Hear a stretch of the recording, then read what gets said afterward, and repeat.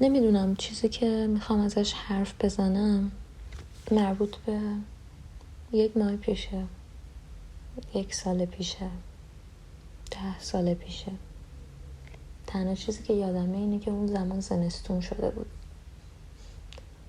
هیچ پرنده‌ای اطراف من نبود، همشون کوچ کرده بودن و همه جا با یک لایه خاکستری از غبار پوشیده شده بود.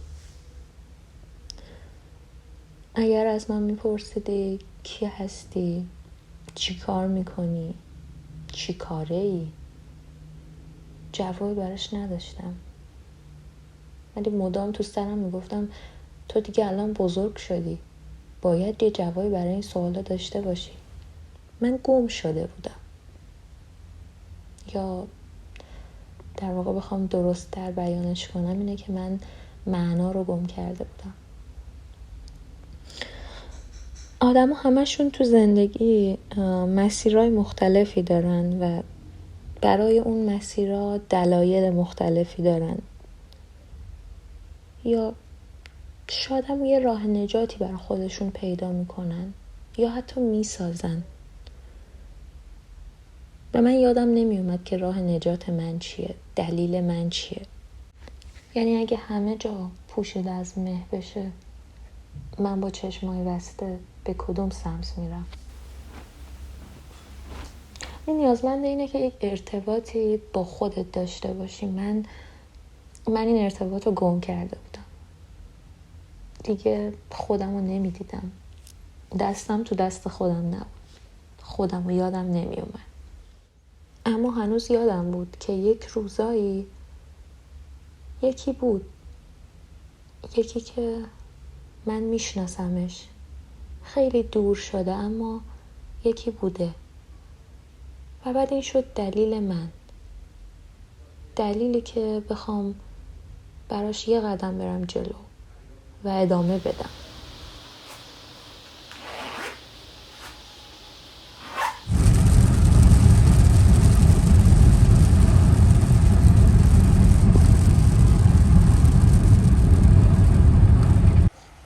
دلیل من شد پیدا کردن اون اتصالی که خیلی وقت بود با خودم از دست داده بودم.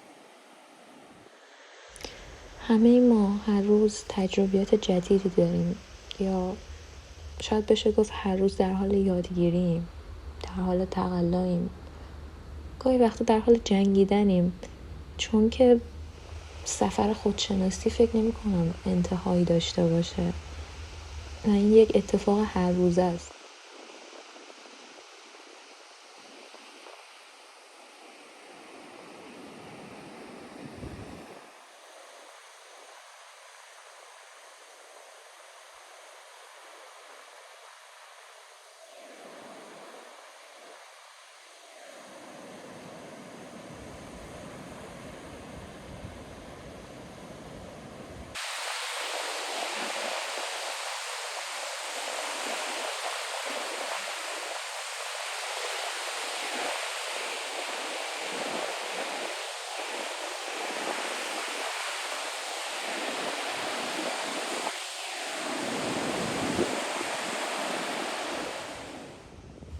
و حالا اینجام، چون اینجا یه راه جدیده.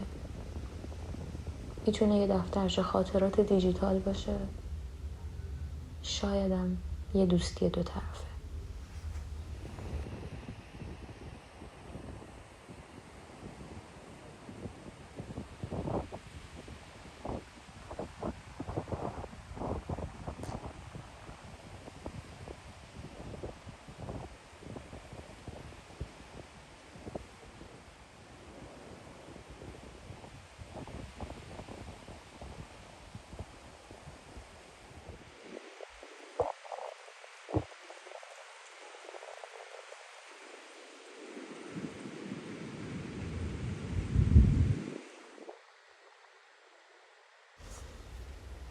منم مثل همه نمیدونم در آینده چه چیزی در انتظار منه، اما تنها قولی که به خودم دادم اینه که نذارم چیزی مانع این بشه که صدای درونیمو بشنوم.